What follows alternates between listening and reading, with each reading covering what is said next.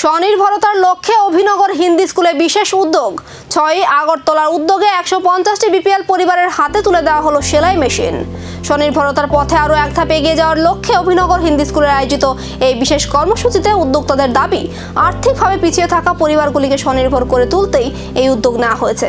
বিশেষ করে পরিবারের মহিলারা যাতে সেলাইয়ের কাজের মাধ্যমে বাড়িতে বসে আয়ের সুযোগ তৈরি করতে পারেন, সেই লক্ষ্যেই সেলাই মেশিন বিতরণের উদ্যোগ নেওয়া হয়েছে।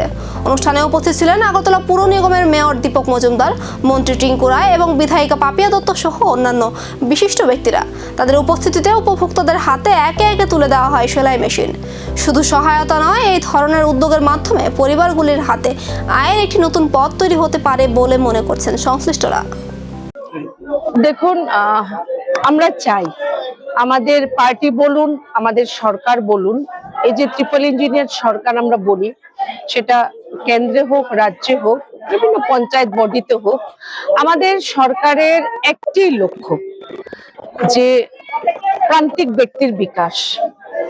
আর বিশেষ করে সে প্রান্তিক ব্যক্তির মধ্যে যদি মহিলা থাকে, তার উত্থান। আমাদের ভারতবর্ষের যশস্বী প্রধানমন্ত্রীর দ্বারা বিভিন্ন ঘোষিত বিভিন্ন যোজনা যেগুলোর বাস্তবায়ন হয়েছে, একদম স্বচ্ছ ভারত থেকে শুরু করে, মুদ্রা যোজনা থেকে শুরু করে, স্টার্ট আপ যদি বলি, আমি প্রধানমন্ত্রী আবাসন যদি বলি, এবং পরবর্তী সময়ে বিভিন্ন যোজনা আমাদের রাজ্যেও যদি আমরা চলে আসি।